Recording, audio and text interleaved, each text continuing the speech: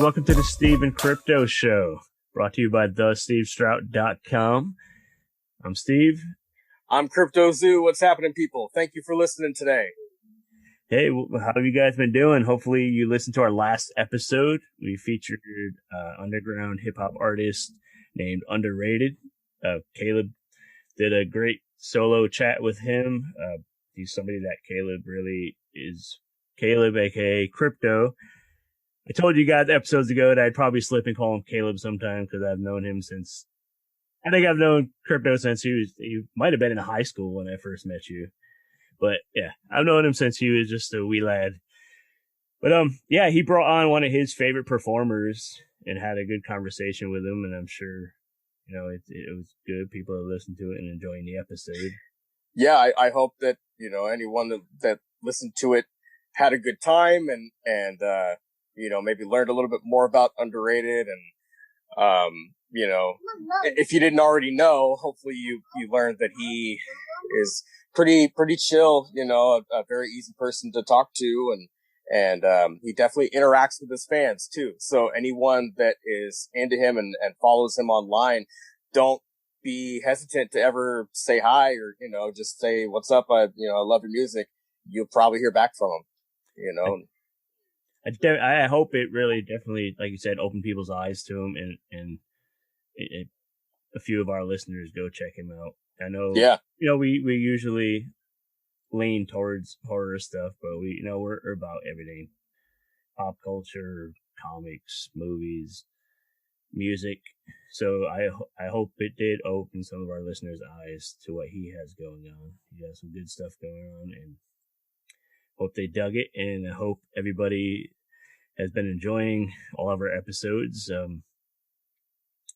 little news: a few episodes ago, we had Cullen Bunn on, who is like an acclaimed comic book writer and author.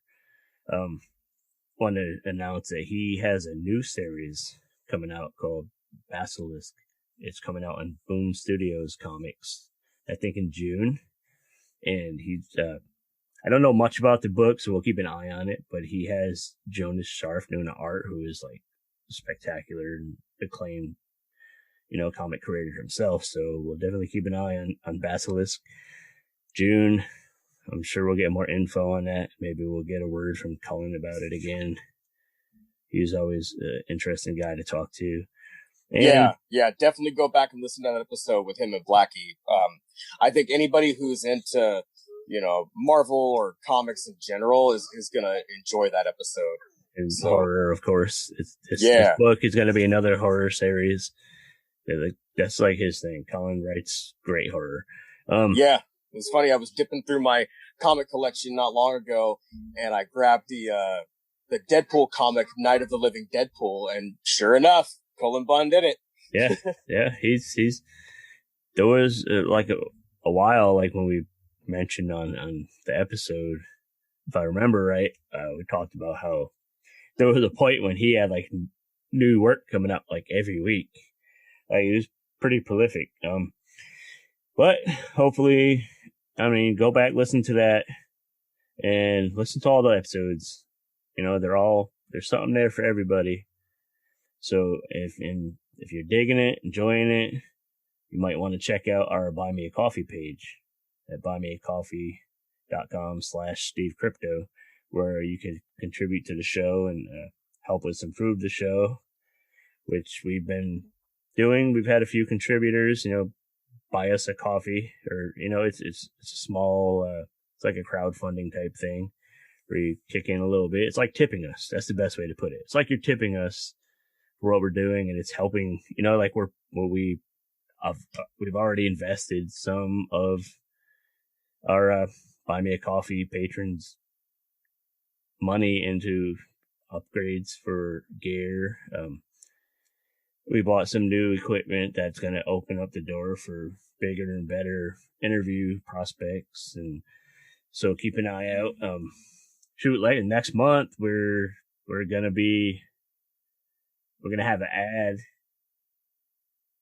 We're going to have an ad in one of our favorite magazines called Scary Monsters, which we'll keep an eye on. Once they get a release date for that, I'll let you know so you could go check out the magazine. You should already be reading the magazine anyways if you're into our show and like classic horror and all that good stuff.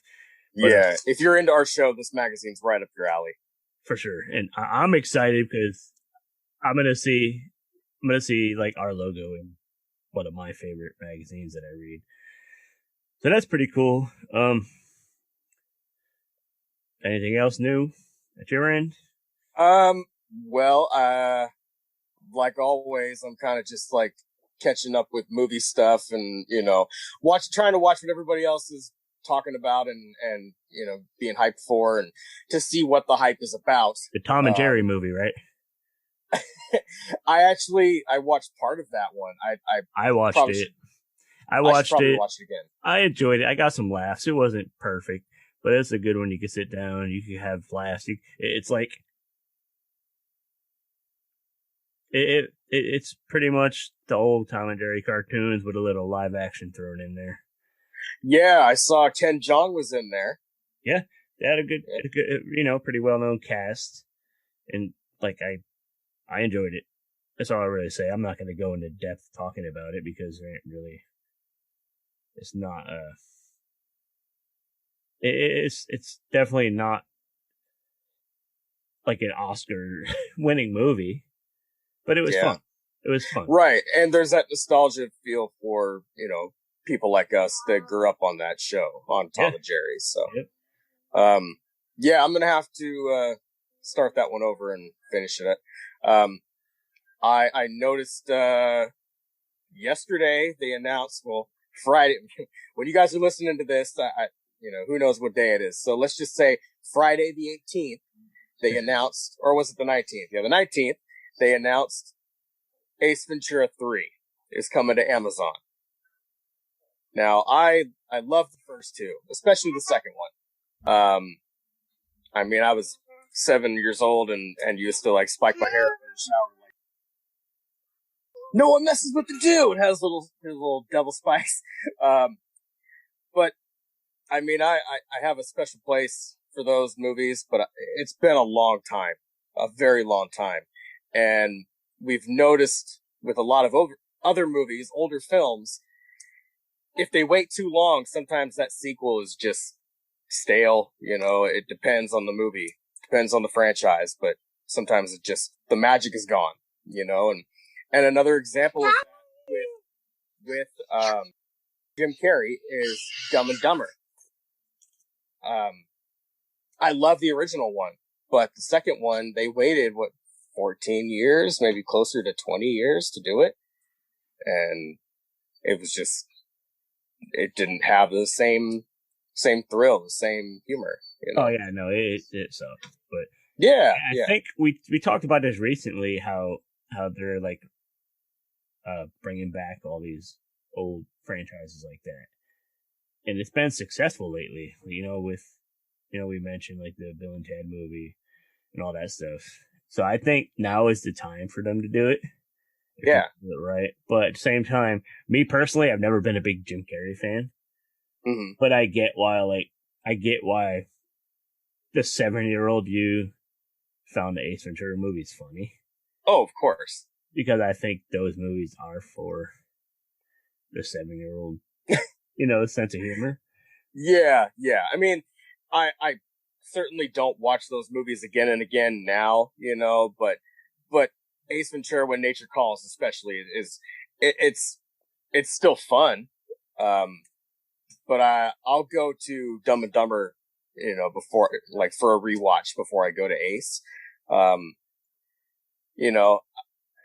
far as Jim Carrey goes, I grew up with him and grew up with Adam Sandler, and I'm not saying that I love all of their material, but I'll always enjoy and just kind of love the Ace movies for what they are, and I'm just kind of worried about this. Like, it's cool, but at the same time, it's been a while, and I know that Jim isn't super thrilled about doing a lot of sequels. Like, he has stated in the past that he he's not real quick to do sequels. I mean, he's done a few, but maybe because of the success or lack thereof of some of those sequels, he's not, real quick to jump to it again. I think it's like I mentioned, because of the success of some of these movies that they're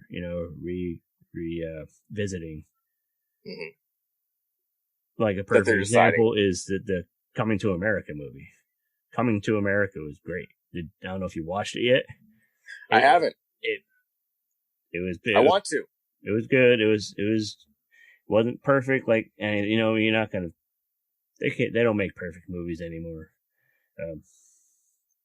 I'm gonna get to that one, but I'll be honest with you. You're talking about Justice League? Yeah. I mentioned they don't make perfect movies, and you said I'm gonna get to that one. You referred to Justice League not being perfect. no. I was talking about Coming to America. Yeah, Coming to America. I'm gonna get to it, but I'm gonna be honest with you that I love Eddie Murphy, but I have not seen the first one. Or if I have, it's been a very, very long time where I just don't remember it. But I mean, like, my favorite work with Eddie is a stand-up. I like a good, handful of his movies, but I laugh till I cry while watching Raw and Delirious. Yeah. Still, those are like Delirious, especially is in my top 10 of comedy specials, and probably always will be.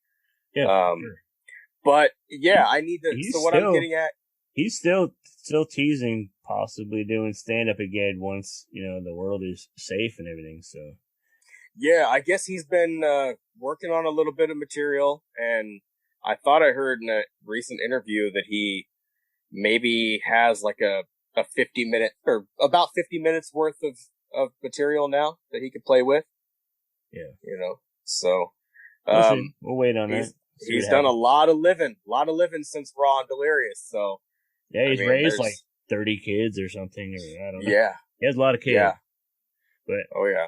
So I don't know. You need to watch Coming to America and the sequel, and then we'll talk about that some more. Yep. So yeah, I want to check them out. I'm excited to see the new one, and it's cool that they got Eddie and Arsenio back together again. They brought back a good, chunk of the cast from the first movie. That whoever's alive.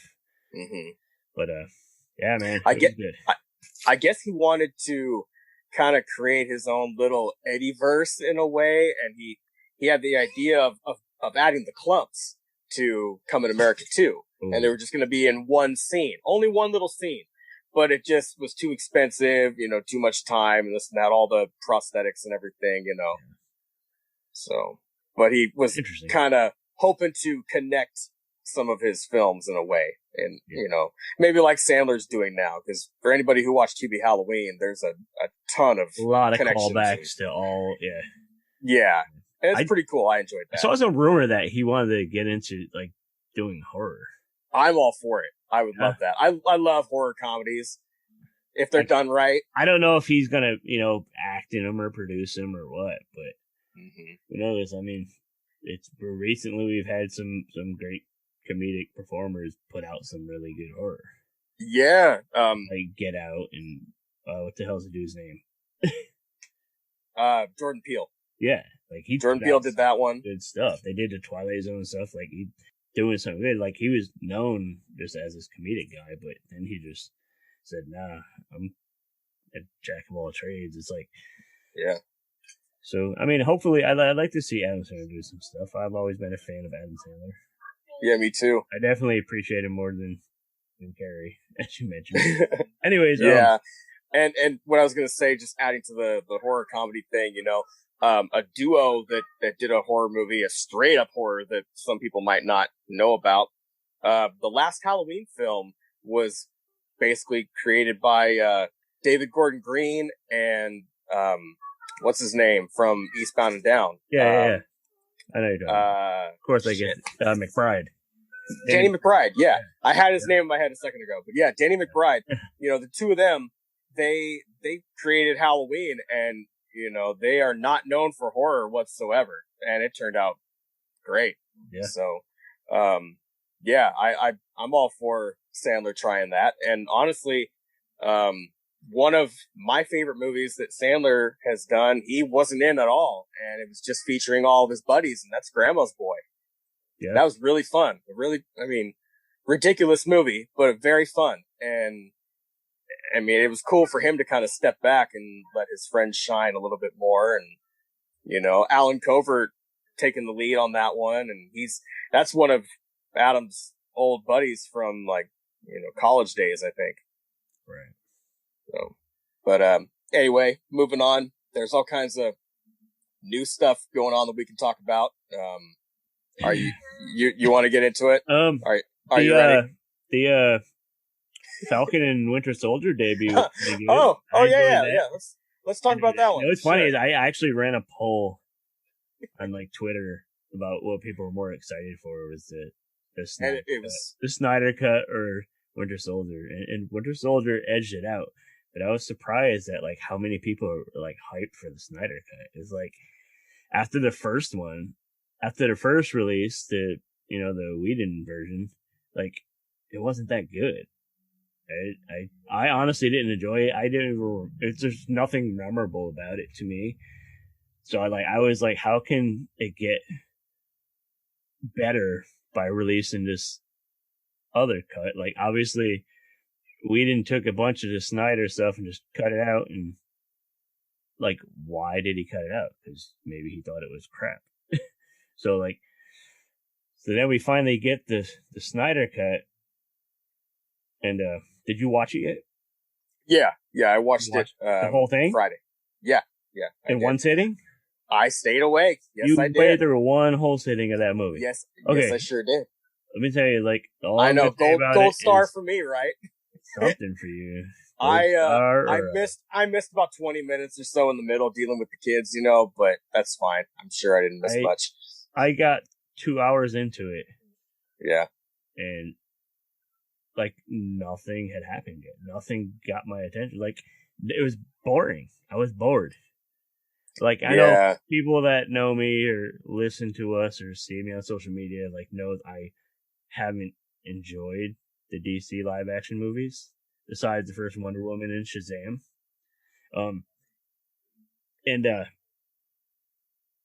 Like it just bored me. Like nothing interesting happened. The soundtrack to the movie just like didn't fit. It was like weird stuff. Like when Aquaman swims away from his little village and like they're like picking up and like sniffing his sweater and shit. Like what the fuck was that? Like why is it necessary? Why is it? I don't know. I don't think it was necessary to release it. It's just the same crap, but it's stretched out for a whole nother movie length of boring. I don't know. Like in 2 hours, I got more excitement from that first scene in Falcon and Winter Soldier than the whole 2 hours that I've watched so far. That I'll probably finish it because I don't like to leave stuff unfinished. You know what I mean? Yeah. Like there's movies I've restarted 4 or 5 times before I finally finish them. Yeah, I might try to watch this one again. Just, it's one of those things. It's like, okay, I glutton for punishment.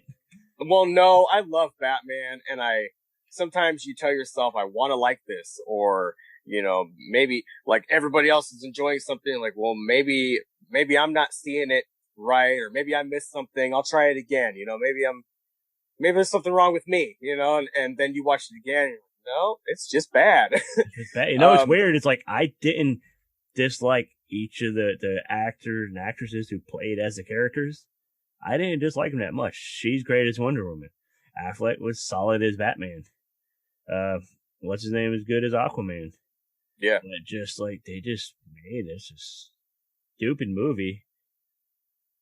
And then like I read before that they added in like the shitty Joker and stuff. Well, I didn't get that far into the movie, obviously, but knowing that they brought back Jared Leto as a Joker, it makes it harder for me to get back in and finish the movie.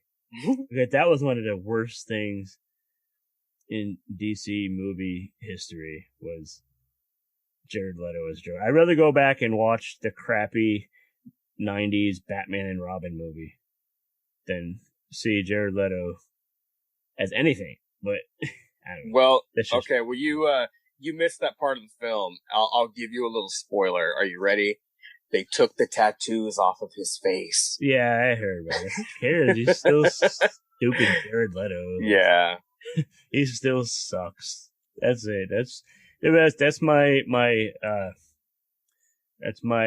freaking here. You want to hear my whole review of the movie? That's it. That's my review. Publish it. Like, I can't, man. Parentheses, fart. Yeah. Yeah, I was trying to like it. Again, huge Batman fan. And really that is the main character in DC that keeps me interested at all, you know? It has to. How many times have we gotten a new Batman and we still keep coming back? You know what I mean? Yeah. I mean, Shazam was great. I loved it. Awesome. But I feel like they took notes from Marvel, you know, which is okay. I mean, some people just say, "Oh, DC's trying to be Marvel." I don't really have that much of a problem with it, you know. If it's they have DC, to be, because if DC can't do it themselves, so they got to try to, you know, take from somewhere because this DC whatever they're doing is not working. They can follow the blueprint of Marvel. I don't give a shit if it's the Justice League, you know, with a bunch of like 70s, 80s hits in the background and they're cracking jokes and all that. People say, this is just like, Guardians of the Galaxy. That's fine. It's Guardians of the Galaxy, format with DC characters. I'm okay with it. I'm cool. Like, I really enjoyed Shazam. I actually kind of liked, what was it? Birds of Prey, even the Harley Quinn one, you know, it kind of had a slight Deadpool vibe just with some of the humor, you know? Yeah. Yeah, those ones are good. I'm in the minority. I kind of liked some bits of Green Lantern, and the Batman movies are cool. But other than that, the Flash show is cool, but we're not talking about the shows. We're talking the movies. I still don't get why they didn't cross over the film. They always want to keep that shit separate, and I don't get it. They gave us a really good Green Arrow. They gave us a really, really good Flash. Yeah. And they built fan bases around them. Why not fucking add that fan base to movies? People are already they're already familiar with them. They're comfortable with Grant Gustin. The dude that they have, I can't even think of his name, that played Flash in the Justice League movie. He's awful. And he's okay, but there's a better one. There's a better one that we already had a better one. That we are already 6 to 8 seasons in, you know, we're invested with that guy. I mean, they could play their whole, you know, multiverse crap or whatever, but like, just, I don't know. You got something good, just milk that until it's no good. Don't like try to replace it with something not good. Like, what is the name of the character, the actor who played as the Flash in Justice League? I don't know. So not memorable because he's just not worth remembering. The only thing I know about that guy is he poorly played the Flash, and he got in some issue in like Europe for like pushing some woman or like, I don't know. Maybe that's why. I don't know. I was gonna make a comment about Joss Whedon and his inappropriate behaviors, but I won't get into that because I've already bitched enough about that movie. Watch the DC animated stuff and wait for the Suicide Squad sequel because James Gunn is gonna save DC movies before he goes back and making more money for Marvel. But yeah, I'm gonna back up Steve on that. The animated comment. Highly, highly recommend the Harley Quinn show on HBO Max if you haven't watched it yet. Very fun. Not for kids. No. Not for kids whatsoever, but if really, really fun. If you watch any of their animated movies they put out, they're all decent. Yeah. One of my favorites is the Under the Red Hood, man. I love that one. The story is great. Yeah. But and the Killing Joke too. yeah, they do a good job to animate it, so I don't know why it's so hard for them to put together a good movie. I don't know. You know, speaking of good movies, you know, or what I hope is going to be a good movie, the new Saw film, Spiral, the Book of Saw. That one is there's no date on it yet, but I'm excited for it. Just, you know, knowing that Chris Rock and Samuel L. Jackson are involved, and I noticed that the director Darren Lynn Bousman has been barking up the Leprechaun tree recently. So he wants to reboot the Leprechaun series. I guess he's been trying to do this for 10 years, or just, you know, asking for probably for the rights to do so, you know. And my one concern or one wish with that, you know, if it's possible, just bring back Warwick Davis. Because I don't think I'm really comfortable with anyone else playing that part. So if you're not going to bring in Warwick Davis, just don't bother. That's how I feel. I hate to be kind of bitter, or not bitter, but just set in my ways when it comes to that. But, you know, there's certain characters that just have a voice or a look that that's all we know, you know, and then they change the formula and it's not the same. So I feel like the last two Leprechaun movies that they tried to do, they kind of fell flat. So yeah, I'm excited for the possibility of that happening. And if it's the director of Saw trying to get in on Leprechaun, it's likely going to be a little darker than it used to be, or at least I'm hoping so. Yeah, that should be good. I love the Leprechaun movies, especially the original one, of course. Yeah.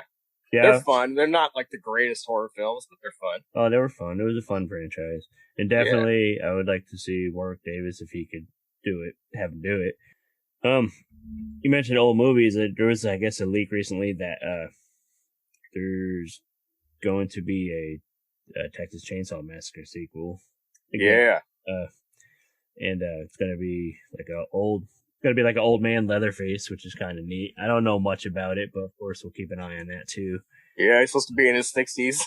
Yeah, something. But let's take a quick break, and then we'll be right back. Chat a little more after these messages.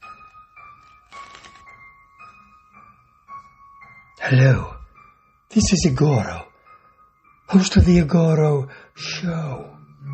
And you are listening to the Steve and Crypto Show. So keep your ears open and your mouth shut. Hey guys, we're on the Steve and Crypto Show, and I am hanging out with Steve Merlo to tell us a bit about his Texas Chainsaw Massacre fan film. I believe it's a feature length. Yes. Okay. And yeah, he's going to tell us about the Indiegogo campaign he has going for it, and the movie will be called The Sawyer Massacre. Tell us everything. Well, everything. That's a lot to tell. But yes, it is a feature-length Texas Chainsaw Massacre fan film. It's set before the original Texas Chainsaw Massacre, so I guess you could call it a prequel. But the thing I don't like about the word prequel is it makes you think origin story, which our film is not really going to be that. So I want to make sure people understand that that's not what it's going to be. That's been done anyways. I feel anyways. I don't know how you feel about that, but I wanted to just tell a different story within that Texas Chainsaw Massacre universe. So rather than tell an origin story, I really want to just sort of peel some new layers to the Sawyer family and give a little bit of insight, but without going into too much backstory. So yeah, we have a pretty awesome teaser on YouTube right now. We were lucky enough to have original Grandpa John Dugan do a pretty cool little voiceover in there as well. You may have noticed. It's pretty cool. And we've got an Indiegogo right now. We're really striving to get this film shot in Texas. If we can hit our goal, we'll be able to shoot it in Texas. If we can get our first stretch goal, we'll be able to attach somebody pretty big in the horror community to our film as well. So we're looking forward to that. We're hoping we can hit that stretch goal for sure. Right on. So the Indiegogo, we could find it. We just go and search Sawyer Massacre, or yeah, the Sawyer. You might come across our old one first. So I don't know. Whenever I Google it, the old Indiegogo seems to come up. But I'm sure you can also find it linked to our Facebook page, our Instagram page, our Twitter, even our teaser trailer on YouTube.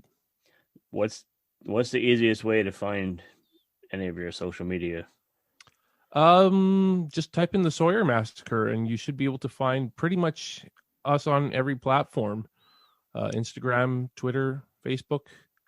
The handles are a little bit different, but they should come up under the Sawyer Massacre.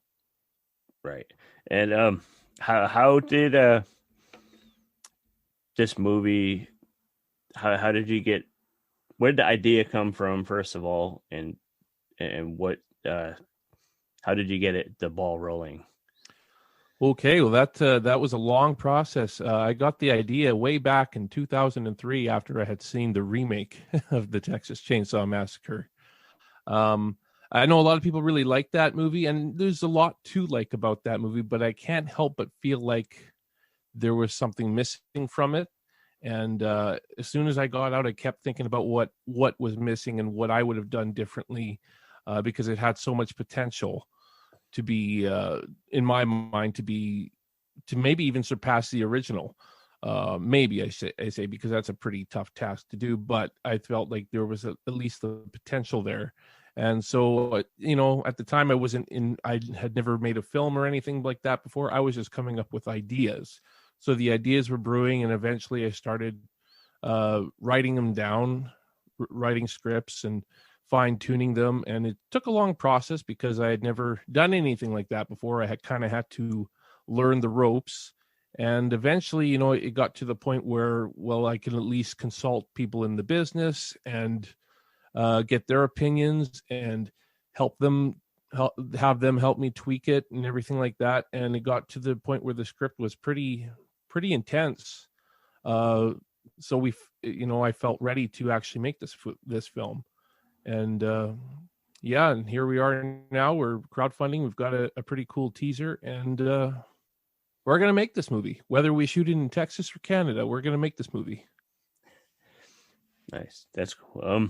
Did you try to pitch or sell the script at any point, or were you just like, this is going to be all me? I'm going to, from beginning to end, I'm going to write it. I'm going to film it. I'm going to do all the work.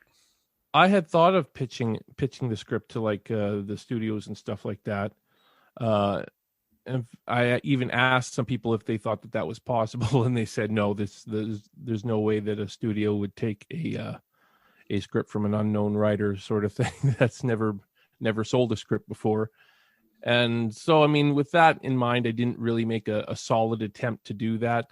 I was also kind of thinking that if I did, I would have no creative control over it, and it would probably not be the movie that I see in my head. So I ultimately think it's just best that I do make it, because I know that if I at least make it, I'm going to make the movie that I want to make. So yeah, it's your vision, it's your baby, so you want to do it. So you mentioned writing other scripts and stuff. Have you put together any films or anything out there yet? Mostly just short films. I have a new one coming out pretty soon. I just have to put the score to it. That movie's called Disorder. It's a take on mental illness and what can happen if you misuse your medication. And I have another one called Unseen that you can find on YouTube. It also deals with mental illness, actually, a little bit. And that actually won a few awards back in 2017. Nothing major, but it was kind of cool to actually win awards for something. Yeah, it's definitely nice to know that somebody's seeing what you're putting out there. Yeah, I guess it means that I'm not putting out crap anyways. So, I Yeah. guess that's the ultimate thing. I'm not too bad after all.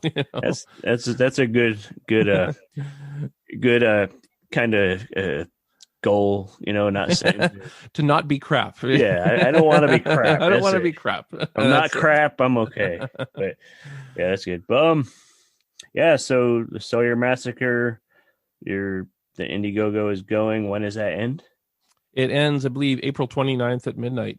April 29th. And are there any perks or anything for Oh, contributors? very, very, very cool perks, and of all range of prices too. For those of you who are, times are tough. I understand. So we have perks as low as $2 just for a social media shout out, and they go all the way up to the most expensive is $7,500. You get some pretty cool stuff with that. You get to be an executive producer and be in on the advanced screening and have a replica Leatherface mask. So all kinds of stuff like that. We also are selling screen use Leatherface masks on our Indiegogo as well. We did sell one of them already. Those are listed at, I'm not sure what it converts to in American dollars, but it's $1,000 Canadian. So I think that'd be round about $850 US, somewhere in there. Yeah. And we have our executive producer perk, our associate producer perk. We sold one of those the other day. What else we have? We have all kinds of good stuff. Advanced screenings. Go look. There's a big list of stuff. T-shirts, Blu-rays. The Blu-rays are actually a big seller. Yeah, people still love physical media, even with I all the know. streaming and everything. I know I do. I got way too much crap. We mentioned crap. I got way too much crap in my house. I hear you.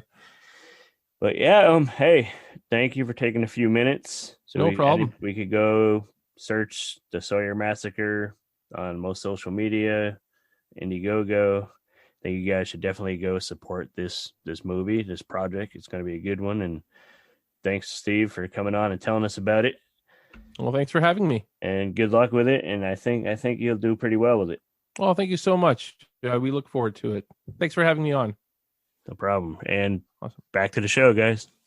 Hey, we are back. If you guys have anything that you're working on, any cool projects or anything, and you want to come on and do a quick little promo piece like you just heard, reach out. You know where to find us. Instagram, Twitter. I'm very responsive on all social media. You can catch crypto anywhere. Yep. We love promoting our friends and our new friends and anybody else. We think, we like to provide this platform for you guys to show off what you're working on. Yeah. And if we like what they do, we hope you like what they do. We talk to some of our friends and maybe realize they're working on a new project. We think, wow, that's really cool. I'm sure our listeners might be into that, or, we just want to pass on, creative people and, their projects. We want to pass them on to you. You might not know about them. You may not know who Cullen Bunn is or Dario Evil. You might not know, our good friend Igoro. You may not know Underrated, or Space Camp. And we hope that we have helped to provide some new entertainment for you. And funny and that also, you mentioned Igoro, yeah, but go ahead. Sorry to interrupt. I got to mention something about Igoro in a second. What were you saying? I'm sorry. I got my little one in the room here with me. What I was going to say is that, when it comes to this podcast thing, you probably already know this, but you listening, you can do this too. Any of you that are listening right now, you can start your own show, your own podcast about anything. If you haven't looked up podcasts yet, if you haven't noticed, there is a show for almost any subject you can think of. Are you into Ninja Turtles? There's probably a podcast about it. Ladies are into makeup. I'm sure there's a podcast show for that. Yep. There's tons of them. So, people like us, we like the nerdy shit. There's tons of that. So I'm just trying to say all you need is like a mic and a laptop or an iPad or something like that. And you can get started. And it doesn't take much to get going. Yeah. Have fun with it. Do some creative stuff. And, you know, if it's interesting, we definitely, we don't want to compete with anybody. We want to promote everybody. Yeah. Like, so do something cool. And we think you're cool. We'll show you some love too. So right, send us a message and be like, "Hey, I just started a podcast," and we'll put it out there. Yeah, or you know, I wrote a book, or I'm working on a comic, or anything. Just that's what we're doing. Is to talk about shit we like to talk about and to promote stuff we like. And that's basically. Yep. But you mentioned Agoro. If you guys know Agoro, he does our little promo bit that we play before interviews and stuff. He's a horror host up here in Washington State who's starting to get noticed a little bit. I've been working with him for a while, doing his social media and stuff. He's a good dude, talented dude. He's hilarious, but he's been putting out new short episodes between his full length, you know, movie screenings, showing off his like toy collections and stuff, like old monster toys and you know, like reviewing, debating movie. Like he did a recent one when he did another one of his characters and like debated the Hammer horror films versus the Universal horror films. He's doing cool little things like that. So you guys should go jump in and subscribe to his YouTube channel, The Igoro Show, and watch some of the cool stuff he has going on. And also be sure to go visit our friends at Fright Rags. Yes, definitely, man. I'm stoked. You know, with the Evil Dead shirt that I picked up from them, like that's one of my favorite shirts that I own now. They have so much great stuff there that I could blow my whole paycheck on that website alone. You know, if you're someone who likes to sport your horror fandom, your, you know, nerdom, whatever you want to call it, then they're the place to go to, the place to be. They've been bringing you the best in horror apparel and accessories since 2003. They offer a wide range of products for your favorite creature features, slasher flicks, cult classics, collections like John Carpenter's Halloween, Universal Monsters, Night of the Living Dead, Creepshow, Twin Peaks, Evil Dead, and plenty more. All their official licensed apparel is available now at frightrags.com, and Steve and Crypto listeners get 10% off. We just want to save you a couple bucks on your favorite, you know, shirt, hat, whatever it might be. So use the code SteveCrypto10, one word, SteveCrypto10 at checkout. Yeah, do it. They got some cool stuff. They got a lot of cool stuff coming out. Like, I know I'm waiting for the pre-sale for they're putting out a Night of the Living Dead lunchbox that I'm really freaking excited about. That's cool. So, pre-sale at the end of this month. I'm on that.